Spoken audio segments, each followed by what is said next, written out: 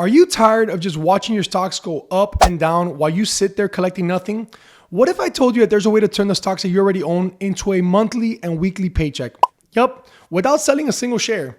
This is one of the most slept on strategies regular investors use to print cash flow. And today I'm going to break it down for you step by step. In this video, I'm going to show you exactly how to sell covered calls. I'm going to show you why it's such a powerful strategy for passive income and the mistakes that beginners make that you need to absolutely avoid. So by the end of this video, you'll know exactly how to set up your first covered call and you can start generating cash flow like a pro. And if you enjoy this type of content, all I ask of you, the only favor I'm asking is to smash the thumbs up button for that YouTube algorithm. All right, let's get straight into it. Here's how you can start making consistent income from your stocks starting today. Quick breakdown. What exactly is a covered call? A covered call is when you sell a call option on a stock that you already own. For every 100 shares you own of that stock, you can sell one call option. In simple terms, you're basically renting out your shares to someone else for a fee called a premium. If the stock doesn't go above the stock price, you keep the shares and you also keep the premium. If it does go above it, you'll have to sell your shares at the price that you chose, but you still keep the premium. Either way, you get paid. And when it's done properly, you'll always make a profit on the share price too. Here's what you need to get started. Number one, you need at least 100 shares of a stock. It doesn't matter if it's a stock like Apple, it could be Amazon, it could even be one of your favorite dividend stocks. You just need a full block of 100 shares. Number two, you need a brokerage account that's gonna allow you to trade options. Most major brokers like Fidelity, Robinhood, E-Trade, they're gonna make it pretty easy to get approved for selling covered calls because it's generally considered a pretty safe strategy. Okay, so if you're a beginner at selling options and you've never sold a covered call, I would highly suggest you getting Robinhood. Robinhood is pretty easy. The interface is super easy for beginners. It's very easy to track along. And if you have a friend that knows how to sell options, he can literally guide you step by step on how to do this with his eyes closed. So I'm going to do this live for you here on the screen just to give you an example with NVIDIA. I don't own any shares of NVIDIA right now. I had them called away, but I will give you the example as if you owned 100 shares. So here we go. Let's say you pull up NVIDIA, you pull up the ticker symbol NVDA. On the bottom right-hand side, once you are approved to trade options by Robinhood, you will have the trade button. You're going to click trade. You're going to click trade options. At the top of the screen, you're going to see the dates. Right now, I would go out to August 1st. I would keep it as a bi-weekly thing every 2 weeks, right? So I would go out 2 weeks. You got to make sure you click sell and call because if you put buy, it's a completely different thing. You're doing the opposite side of this trade. You can lose all your money. So anyways, make sure you always click sell. At the top of the screen, you have the sell tab. Make sure to click sell. And then we're selling a call today because we own the shares, right? Hypothetically. So let's say you have an average price of $170 per share. You want to make sure you stay above that current strike price, right? You do not want to sell this at 167.50 because you would be taking a loss on your share price.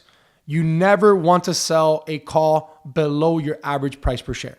So here we go. Let's say you have an average share price of $170 per share. And let's say you have 300 shares of NVIDIA in your portfolio. So right here, it's currently trading at $172.19-20. It's fluctuating. The market's still open. And then the contract prices on the right-hand side, those will fluctuate as well. They will move as you're looking at the options chain, right? So what we're looking at right now is the options chain. So looking at this options chain, knowing that you have an average price on NVIDIA of $170 per share, we're going to go above that, obviously. If you don't care about selling these right away and you're like, man, I just want to make a quick flip on these shares, make some quick money, and you also don't mind holding them for the next 12, 15 months, you could pretty much squeeze the premium. And what I mean by that is you can sell the premium that's closer to your average share price. So let's say, you're at 170, 172.50 would make you $2.50 per share. If you have 300 shares, that's $7.50 basically. So going about squeezing the premium, if you don't really care about holding the shares too long and you just want to make sure that you make a profit on the shares and collect the premium, you can squeeze the premium. You can make it as tight as possible to your average share price.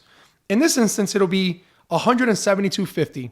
So if I were to click on $172.50, you know what? Let me give you a more realistic example. Let's say we go to $5 profit per share and we go to 175, the 175 call. On the right-hand side, you're going to see a little plus sign next to the number. You're going to click that contract. We're going to click sell on the bottom. There we go. And then at the top, you're going to be met with your order. Right here is going to show you how many contracts you want to put into this play, right? So right now it's pending. We're going to put 3 contracts because hypothetically speaking, we have 300 shares of NVIDIA. You're going to put 3 contracts. Your limit price is going to give you a bid and an ask price. That's basically what the contracts are going for right now. And right now, it basically just changed in front of our face from 330 bid to 335 ask price. 3.35. If we were to submit this right now, you would get an average credit of $1,004.88.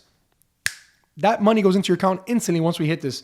You would click review, and it says not enough shares. I obviously don't have enough shares of NVIDIA because they got called away.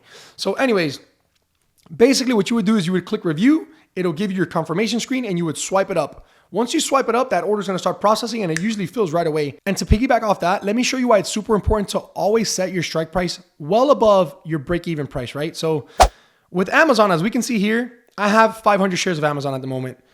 They're about to get called away today. I'm a little salty about that, but I'm still making a profit, but they are going to get called away most likely. There's like a 99.9% chance these shares are going to get called away from me today. But anyway, so owning 500 shares of Amazon at an average cost basis of $209.34, these 500 shares are going to sell at $215. This is why it's very important to always keep your strike price above the price of your average cost basis. I'm going to make $209.34. I'm going to make $5.66 profit on each of those shares. I have 500 of them. So if you multiply 566 times 500, you're looking at a total profit of $28.30. I'm going to profit $2,830 off this trade right here. And not only am I going to profit $2,830 off the share price alone, I'm also going to profit $18.50 that I already profited from collecting the premium of selling those calls.